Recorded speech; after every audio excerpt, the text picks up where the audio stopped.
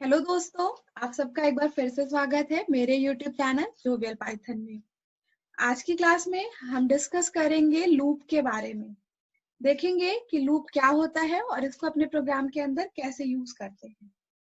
Basically loop का use हम तब करते हैं जब हमें किसी सिमिलर टास्क को n number of times repeatedly perform करना होता है।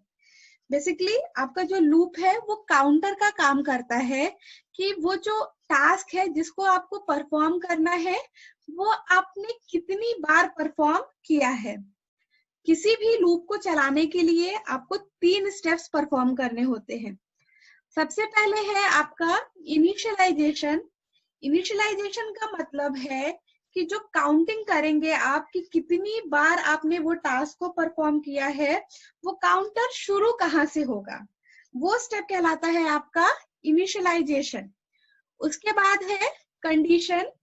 कंडीशन ये डिफाइन करने का काम करता है कि जो आपका एग्जीक्यूशन हो रहा है, जो रिपीटिशन हो रहा है, वो कहाँ तक होगा, वो n की वैल्यू कहाँ हो, क्या होगी। जैसे 5 टाइम्स अगर परफॉर्म करना है तो हमारे पास ऑप्शन है कि इनिशियलाइजेशन जो है वो 1 से कर दे हम, और जैसे ही उस पर्टिकुलर काउंटर की वैल्यू 5 हो जाए वो रोक दे, या फिर इनिशियलाइजेशन हम 5 से कर दें और जैसे ही काउंटर की वैल्यू 1 हो जाए तब रोक दें। उसके बाद तीसरा स्टेप है आपका स्टेप वैल्यू।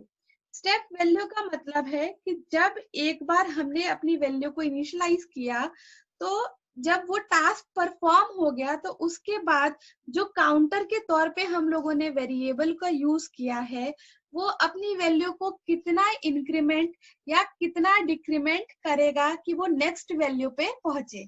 जैसे अगर हम लोगों ने 1 से लिया है 5 तक पहुंचने के लिए और हमें 5 टाइम्स लूप को परफॉर्म करना है, 5 टाइम्स इटरेशन को परफॉर्म करना है, तो हम 1 में 1 का जब इंक्रीमेंट करेंगे, 1 से 2 जाएंगे, 2 से 3 जाएंगे, इस तरीके से करते हुए जब 1 का इंक्रीमेंट करते हुए 5 तक पहुंचेंगे, तब जाकर के जो हमारा टास्क है वो 5 टाइम्स परफॉर्म होगा।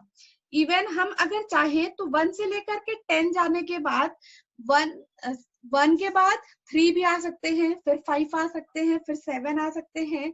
इस तरीके से करके 2 का इंक्रीमेंट करके भी हम अपने पर्टिकुलर टास्क को परफॉर्म कर सकते हैं। तो स्टेप वैल्यू बेसिकली आपका इंक्रीमेंट या डिक्रीमेंट दिखाता है काउंटर वैल्यू को, कि एक बार आपने जो रिपीटिशन वाली टास्क है या जो स्टेटमेंट है उसको परफॉर्म करने के बाद खुद को कितना इंक्रीमेंट या डिक्रीमेंट करना है। इतनी बात क्लियर है। अब हम डिस्कस करेंगे लूप के एक टाइप को, जो कि है हमारा व्हाइल लूप।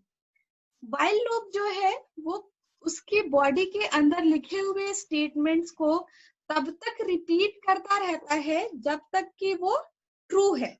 मतलब जब तक कि व्हाइल के साथ लिखा हुआ जो कंडीशन है वो ट्रू है, तब तक उसके अंदर, उसके पर्टिकुलर ब्लॉक के अंदर लिखे हुए जो भी स्टेटमेंट्स वगैरह हैं वो आपके क्या होंगे, एग्जीक्यूट होते रहेंगे।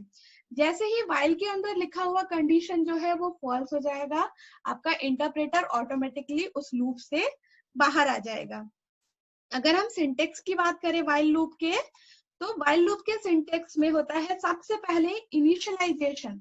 इनिशियलाइजेशन मतलब हमने जहां पे डिफाइन किया कि हमारा पर्टिकुलर काउंटर कहाँ से चलना शुरू होगा।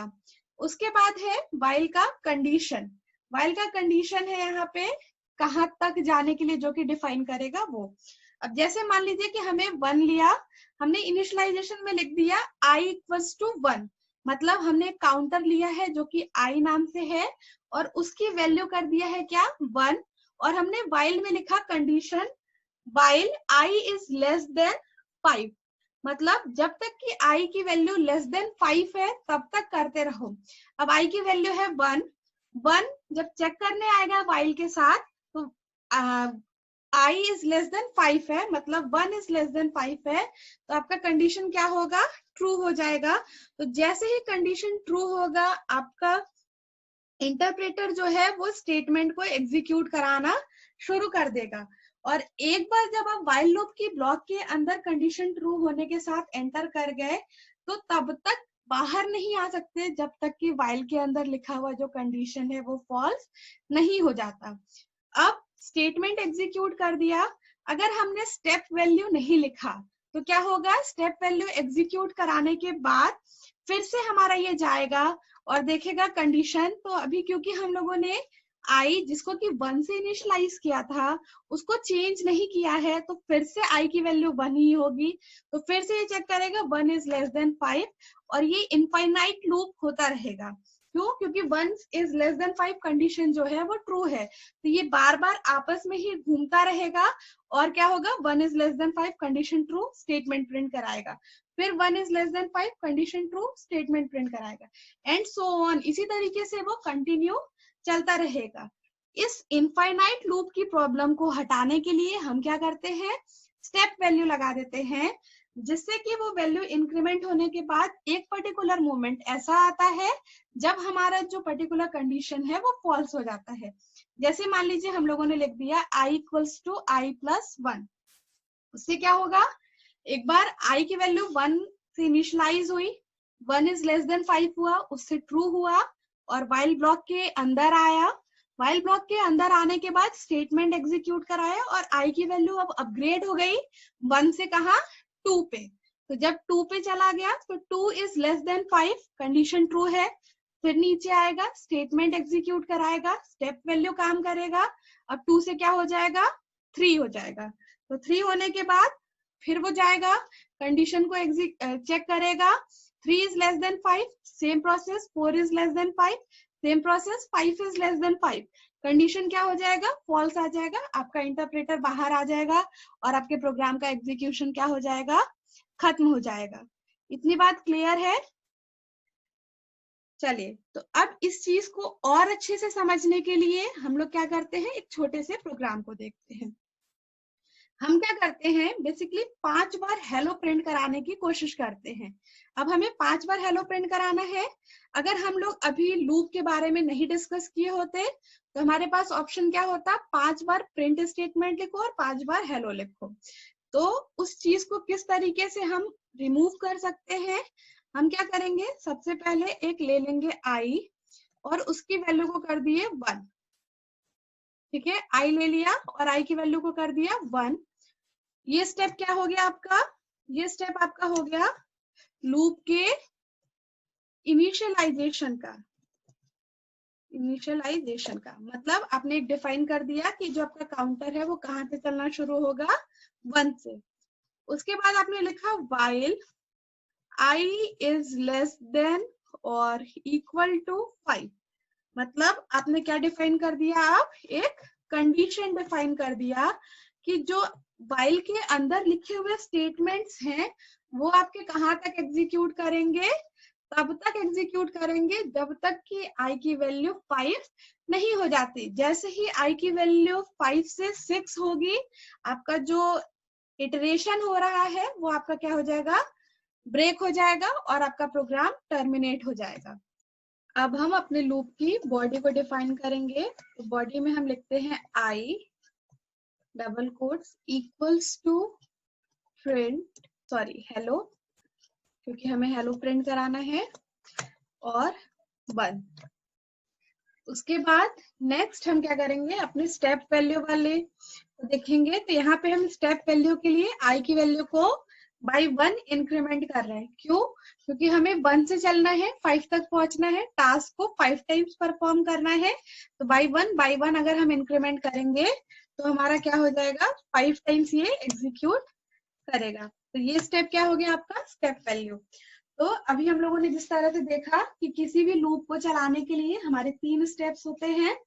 सबसे पहले इनिशियलाइजेशन, तो यहाँ पे हम लोगों ने क्या कर दिया, अपने लूप का इनिशियलाइजेशन कर दिया, जिसमें हम लोगों ने बताया कि जो हमारा लूप है वो 1 से चलेगा।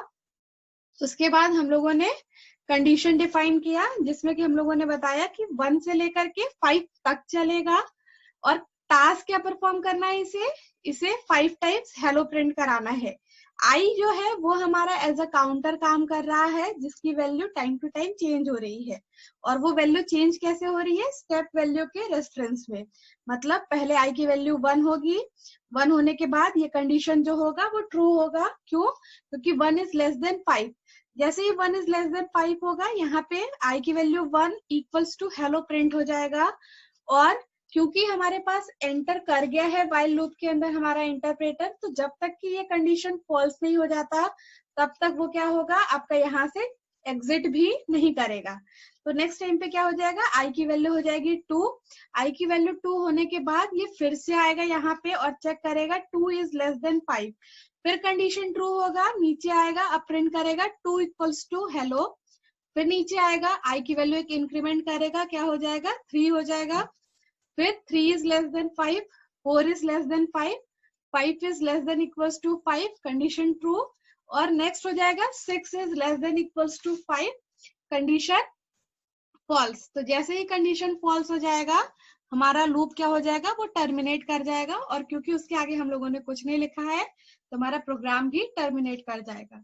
तो ओवरऑल अगर हम आउटपुट की बात करें तो आउटपुट में हमारे पास यहाँ पे 1 equals to hello, 2 equals to hello, 3 equals to करते हुए 5 तक हेलो प्रिंट करना चाहिए। देखते हैं क्या यही रन कर रहा है या नहीं। सॉरी, यहाँ पे कॉमा नहीं लगा हुआ है, इस वजह से एरर।